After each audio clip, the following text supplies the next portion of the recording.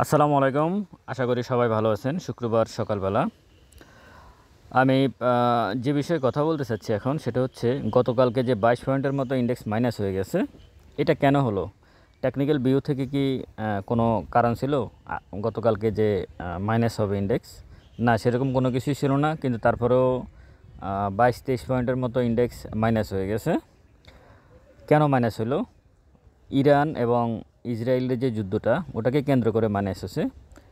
কী কারণে সেটা হচ্ছে, সেটা আমি ব্যাখ্যা দিচ্ছি। তার আগে আমি একটা বিষয় বলে নিই। আমি আপনাদের জন্য আসলে একটা বই, যাদের প্রয়োজন আছে তারা নিতে পারেন।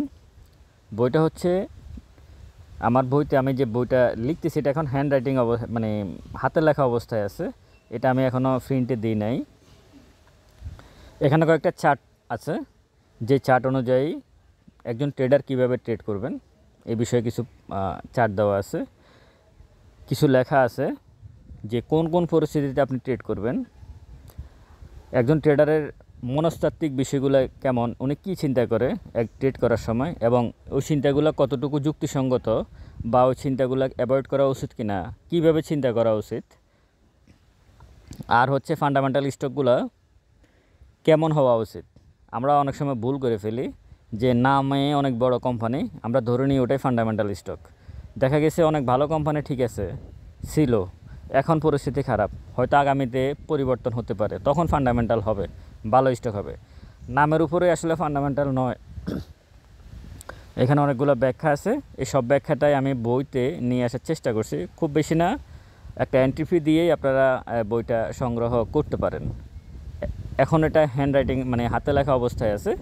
পরবর্তীতে প্রিন্ট হলে প্রিন্ট কপি হয়তো আপনাদের যাদের প্রয়োজন হবে তারা মেইলে পিডিএফ আকারে দিয়ে দেওয়া যাবে। এবার আসুন গতকালকের পতনটা কেন হলো। প্রথমে আমি যদি গত পরশুর, আপনারা এখন যে সিনারিওটা দেখতেছেন এটা হচ্ছে গত পরশুর চার্ট, কিন্তু গতকাল পতন হয়েছে 22 পয়েন্ট। গত পরশু কী ছিল? গত পরশু সমস্ত কিছু পজিটিভ ছিল। আপনার ম্যাকডি পজিটিভ, হিস্টোগ্রামের বার এত সুন্দর, মানে যেটা কল্পনারও বাহিরে, মানে এর থেকে সুন্দর হিস্টোগ্রামের বার হতে পারে না। একজন ট্রেডার সবচেয়ে বেশি মানে আস্থা রাখে হিস্টোগ্রামের বারের উপরে। এটার উপরে নির্ভর করে সে মূলত ট্রেড প্ল্যান সাজায়, এবং ইন্ডিভিজুয়াল স্টকও সে ট্রেড প্ল্যান সাজায় হিস্টোগ্রামের বারকে কেন্দ্র করে। আপনার আরএসআই অনেক বাড়ার জায়গা আছে। তারপরে যে আপনার ভলিউম, এর আগের দিনে যে লাল ভলিউমটা দেখতেছেন, আর গত পরশু যে সবুজ ভলিউমটা, এটা গত পরশুর চার্ট, গতকালকের না। গত পরশু যে ভলিউমটা এত সুন্দরভাবে সে একটু বাড়ছে, খুব বেশিও বাড়ে নাই, খুব কমেও যায় নাই, এমনভাবে বাড়ছে যে গতকালকে সমস্ত, এবং ক্যান্ডেল সে কামব্যাক করছিল। ক্যান্ডেলটা কিন্তু আগের দিন লাল একটা ক্যান্ডেল করার পরে পরবর্তীতে আবার গত পরশু একটা সবুজ ক্যান্ডেল করছিল। মানে এর থেকে সুন্দর একটা, দুইটা, তিনটা, চারটা, পাঁচটা টেকনিক্যাল ভিউ, এই পাঁচটা দিয়ে ইন্টারন্যাশনাল মার্কেট বলেন, যত কিছু বলেন, পৃথিবীতে যত পুঁজি মানে স্টক এক্সচেঞ্জ আছে, সবাই এটাকেই কেন্দ্র করে ট্রেড প্ল্যান সাজায়। মূলত একজন ট্রেডার এই পাঁচটা বিষয়কে নিয়েই ট্রেড প্ল্যান তৈরি করে।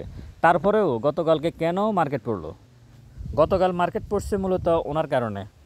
ডোনাল্ড ট্রাম্প, উনি গতকাল ইরানে হামলা করার অনুমোদন দিয়ে দিয়েছেন। অনুমোদন দিয়েছেন বলতে হামলা এখনও করে নাই, কিন্তু চাইলে মার্কিন প্রশাসন যে কোনো মুহূর্তে ইরানে হামলা করতে পারে। উনি অনুমোদন দিয়ে দিয়েছে। এখন আপনাদের মনে প্রশ্ন জাগতে পারে যে ট্রাম্প অনুমোদন দিল, বাংলাদেশের পুঁজিবাজারের পতন হলো কেন? বাংলাদেশের পুঁজিবাজারের সাথে ট্রাম্পের এই অনুমোদনের সম্পর্ক কী? আচ্ছা, এটার ব্যাখ্যা হচ্ছে ইউক্রেন রাশিয়া যুদ্ধের সাথে তো বাংলাদেশের পুঁজিবাজারের কোনো সম্পর্ক নাই। আমাদেরকে তখন শিবলি কমিশন ফ্লোর প্রাইস দিতে বাধ্য হয়েছিল, মার্কেট যেভাবে পড়তেছিল তখন, আপনাদের মনে থাকার কথা। তো তখন ফ্লোর প্রাইস দিছিল কেন? এই ঠিক সেম। এবং আমাদের সাথে তো মার্কিন যুক্তরাষ্ট্রের সাথে সরাসরি বাণিজ্যিক অনেকগুলো সম্পর্ক, যেমন আমাদের তৈরি পোশাকের যে ব্যাপারটা, সেটা তো সরাসরি মার্কিন বাণিজ্যের সাথে জড়িত। তো এটা তো আরও বেশি এফেক্ট পড়বে। আর হচ্ছে শ্রীলঙ্কা দেওয়ালিয়া হয়ে গেছে, ওটা শ্রীলঙ্কার ব্যাপার। শ্রীলঙ্কার সাথে তো আমাদের সরাসরি তেমন কিছু নাই। তো আমাদের মার্কেট তখন পড়তেছিল কেন, অথচ শ্রীলঙ্কার মার্কেট তখন উঠতেছিল? আসলে এগুলো কেন হয় জানেন? এগুলো এখন হচ্ছে কেন? এগুলো হচ্ছে মার্কেটের কারসাজিকারক যারা, তারা শেয়ার কালেকশন করার জন্য এটা করতেছে। আবার মার্কেট যখন টানা ধরবে, তারা যখনই টানা ধরুক না কেন, তখন আবার দেখবেন যদি বাংলাদেশের আমাদের দেশের ভিতরে কোনো যুদ্ধ লাগে তাও মার্কেট টানবে। এটাই হচ্ছে আমাদের পুঁজিবাজার। এখন এটার থেকে বের হওয়ার পরিত্রাণ কি সেটা ভিন্ন বিষয়, কিন্তু এইভাবে মার্কেট চলে আসতেছে, এইভাবে মার্কেট চলবে। এখন ডোনাল্ড ট্রাম্প অনুমোদন দেওয়ার কারণেই গতকালকে নিউজটা আসছে, যার কারণে মার্কেটের এই 22 পয়েন্টের মতো ইন্ডেক্স, 22 পয়েন্ট মাইনাস হয়েছে ইন্ডেক্স। এটা বড় বিষয় না, বড় বিষয় হচ্ছে আপনার শেয়ারের দাম কিন্তু গতকালকে কমছে, কিছু কিছু কিছু স্টকের দাম মোটামুটি ভালোই কমছে। গত কয়েকদিন কিন্তু এভাবে কমে নাই।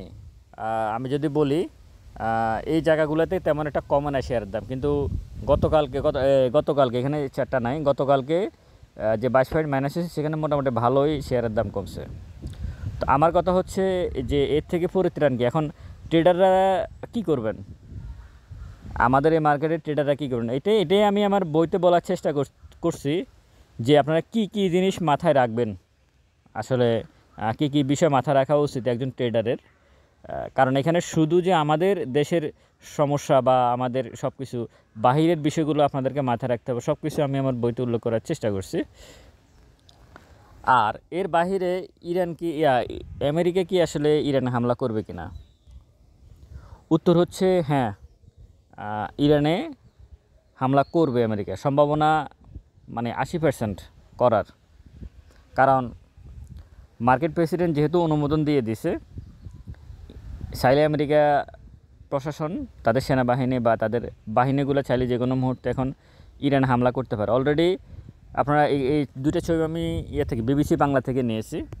এখানে এগুলো হচ্ছে আপনার মার্কিন যুদ্ধ বিমানগুলোর অবস্থান, যেটা আস্তে আস্তে মার্কিন প্রশাসন এবং যুদ্ধজাহাজ এইগুলো হচ্ছে মার্কিন প্রশাসন আস্তে আস্তে ইরানের কাছাকাছি চলে আসতেছে।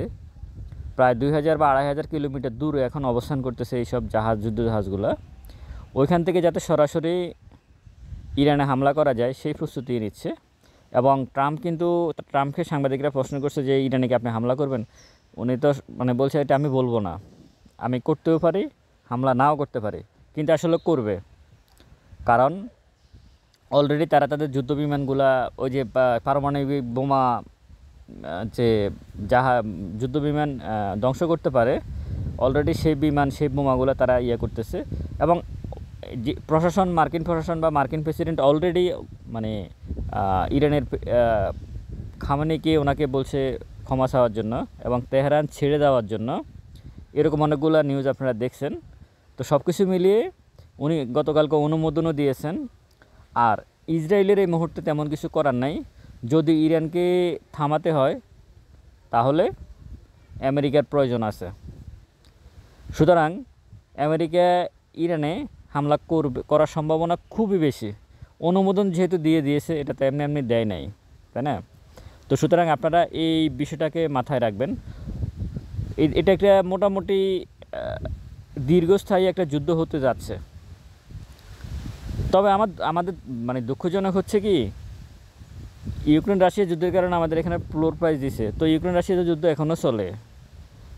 এই কারণে বলি, আপনারা যখন ট্রেড করেন ট্রেডাররা, আপনাদেরকে কি কি বিষয় মাথা রাখতে হবে। এখানে আসলে প্রতি মুহূর্তে, যেমন গতকালকে যে আপনার ট্রাম্প অনুমোদন দিলেন আপনার যুদ্ধের জন্য, এটা কি আমাদের দেশের বাংলাদেশের পুঁজিবাজারে ট্রেড করেন ওনারা কি জানতেন এটা কি ওনাদের আয়ত্তের ভিতরে কোনো কিছু না? কোনো কিছু না।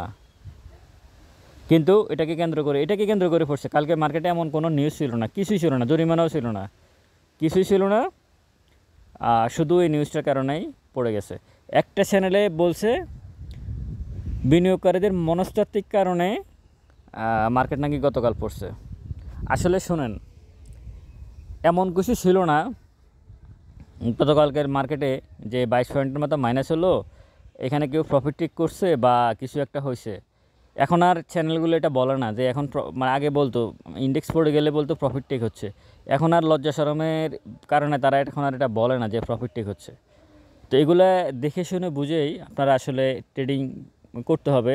ট্রেড করতে অন্তত 10 থেকে 12টা 20টা টেকনিক্যাল ভিউ এবং অন্যান্য যে বিষয়গুলো সব কিছু মিলিয়ে অন্তত আপনাদেরকে 20 থেকে 25টা বিষয় মাথায় রাখতে হবে প্রতি মুহূর্তে, এবং সেই বিষয়গুলোই আমি লেখার চেষ্টা করছি।